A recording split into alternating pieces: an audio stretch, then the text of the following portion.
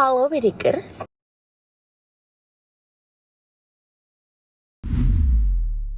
Tentara Nasional Indonesia atau TNI adalah salah satu tombak pertahanan Indonesia. Para TNI dituntut untuk siap sedia, membela dan melindungi negara kapanpun dalam kondisi apapun.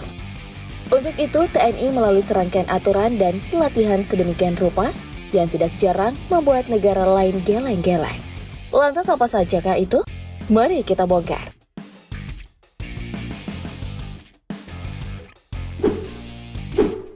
Yang pertama ada Doper. Doper merupakan salah satu latihan dalam latihan komando.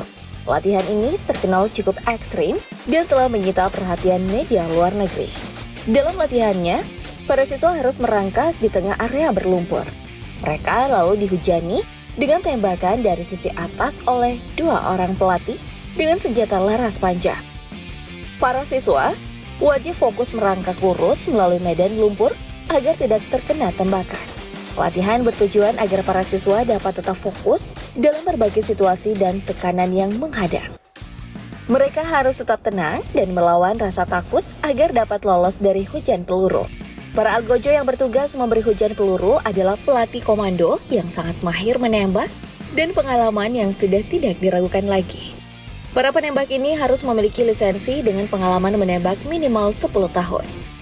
Ketika bertugas menghujani siswa dengan peluru, para penembak ini harus berada dalam kondisi prima, baik secara fisik maupun pikiran. Sebab jika sedikit saja fokus teralihkan, maka bisa fatal akibatnya. Dengan berhasil melalui latihan Doper ini, maka para prajurit komando akan lebih mudah mengelola rasa takut di berbagai situasi dan tekanan. Latihan ini dianggap cukup brutal dan berbahaya, namun hujan peluru adalah hal normal yang bisa terjadi ketika perang. Sehingga latihan ini bukanlah apa-apa jika dibandingkan dengan berbagai situasi perang yang akan mereka hadapi.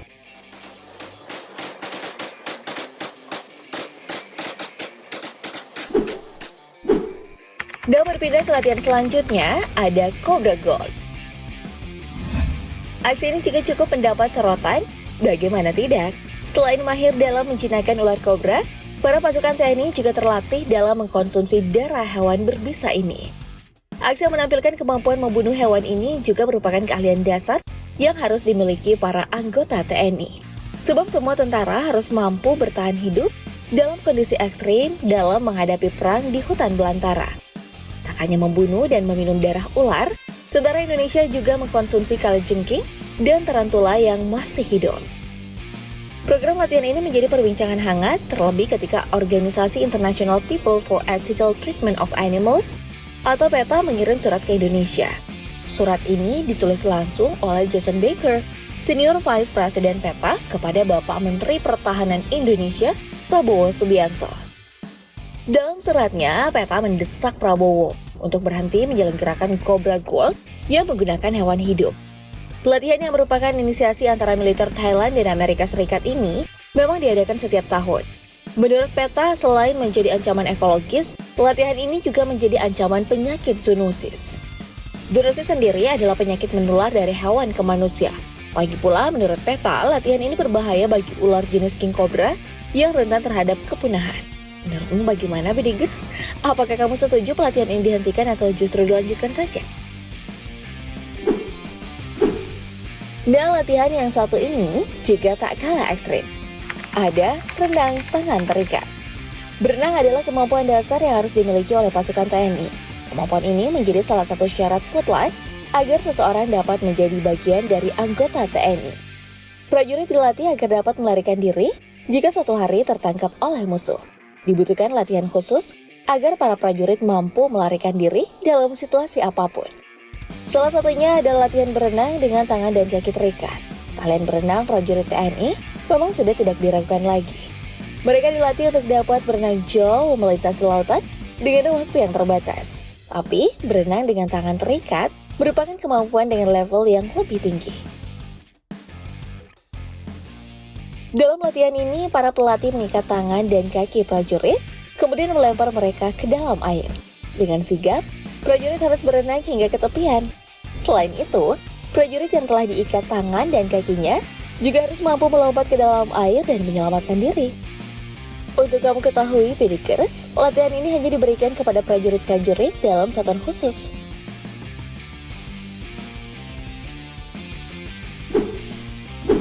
Berpindah ke ilmu yang harus dimiliki para prajurit, yaitu ilmu kebal. Tak hanya dilatih dalam bertahan hidup dan mahir menggunakan senjata, tapi para prajurit TNI juga dilatih untuk memiliki ilmu kebal. Ilmu kebal adalah ilmu batin dan gaib yang berfungsi untuk mendapatkan kekebalan tubuh terhadap senjata tajam. Dalam mempelajari ilmu kebal biasanya ada ritual tertentu seperti puasa, wirid, maupun meditasi. Selain bela diri, ilmu ini sangat berguna bagi prajurit dalam menghadapi pertarungan jarak dekat meskipun dengan tangan kosong. Dengan ilmu ini, prajurit TNI mampu tahan terhadap sayatan benda tajam seperti golok hingga tembakan. Tak hanya itu, para TNI sanggup melakukan aksi ekstrim seperti rebahan di atas tumpukan pecahan kaca. Tak semua pasukan militer di berbagai negara memiliki kemampuan yang satu ini. Selain menjadi bekal yang sangat berguna, kemampuan ini juga tergolong unik di kalangan militer. Jadi, masih mau macam-macam dengan tentara Indonesia?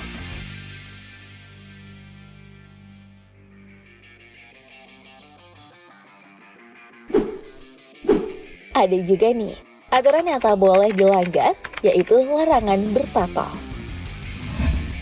Selain memiliki pelatihan yang luar biasa, para prajurit TNI juga dituntut untuk mentaati segala aturan. Patuhan dan disiplin yang dibina sangat bermanfaat dalam melancarkan aksi dan strategi perang. Salah satu aturan ketat yang harus dipatuhi oleh prajurit TNI adalah larangan bertato.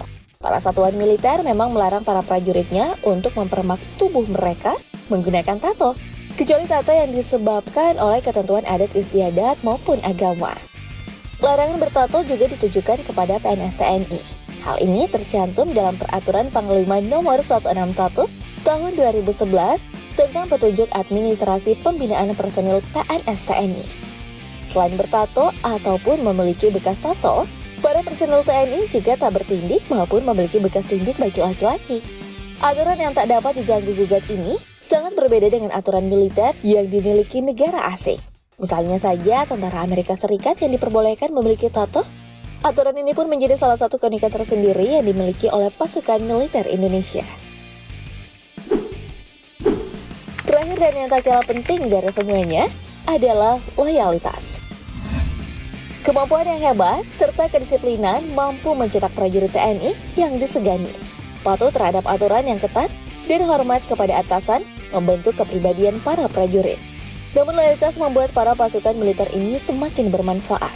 Loyalitas merupakan jati diri yang harus dimiliki oleh seluruh prajurit TNI. Mereka harus loyal kepada negara, satuan, serta rekan sesama prajurit.